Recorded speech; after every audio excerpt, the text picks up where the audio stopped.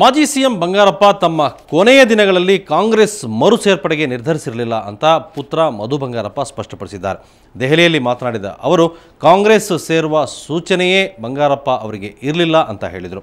ತಾವೂ ಸಹ ಕಾಂಗ್ರೆಸ್ಗೆ ಹಿಂದಿರುಗುವ ಪ್ರಶ್ನೆಯೇ ಇಲ್ಲ ಅಂತ ಪುನರುಚ್ಚರಿಸಿದರು. ಹರಿದ್ವಾರದ ಗಂಗಾ ನದಿಯಲ್ಲಿ ನಿನ್ನೆ ಬಂಗಾರಪ್ಪ ಚಿತಾಭಸ್ಮ ವಿಸರ್ಜಿಸಿದ ಮಧು ಬಂಗಾರಪ್ಪ ಇಂದು ದೆಹಲಿಗೆ ಆಗಮಿಸಿದರು.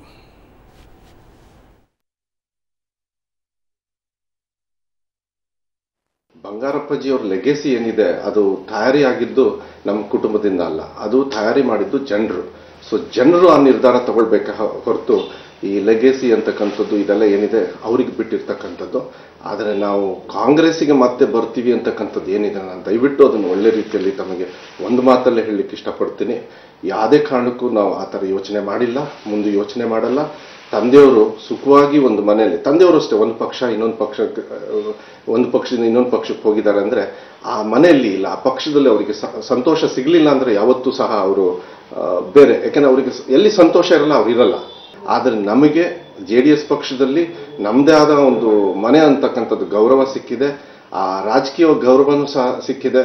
ಮತ್ತೆ ರೈತರ ಪರವಾಗಿ ಇಲ್ಲಾಂದ್ರೆ ಜನರ ಪರವಾಗಿ ಓಡಾಡ್ತಕ್ಕಂಥ ಒಂದು ಕಾಳಜಿ ನಮ್ಮ JDS ಪಕ್ಷದಲ್ಲಿ ಇರೋದ್ರಿಂದ, ತಂದೆಯವರ ಏನು ಪ್ರಿನ್ಸಿಪಲ್ಸ್ ಇದೆ ಅದು JDS ಅಲ್ಲಿ ಇರೋದ್ರಿಂದ ಯಾವುದೇ ಥರದ ಪ್ರಶ್ನೆಗಳನ್ನು ಇನ್ನು ಮುಂದೆ ಉದ್ಭವನೇ ಆಗೋದಿಲ್ಲ. ನಾನು ಬಹಳ ಸಂತೋಷವಾಗಿದ್ದೀನಿ. ನಾನು JDS ಪಕ್ಷನ ಬಿಟ್ಟು ಯಾವುದೇ ಕಾರಣಕ್ಕೂ ಬೇರೆ ಪಕ್ಷಕ್ಕೆ ಹೋಗ್ತಕ್ಕಂಥ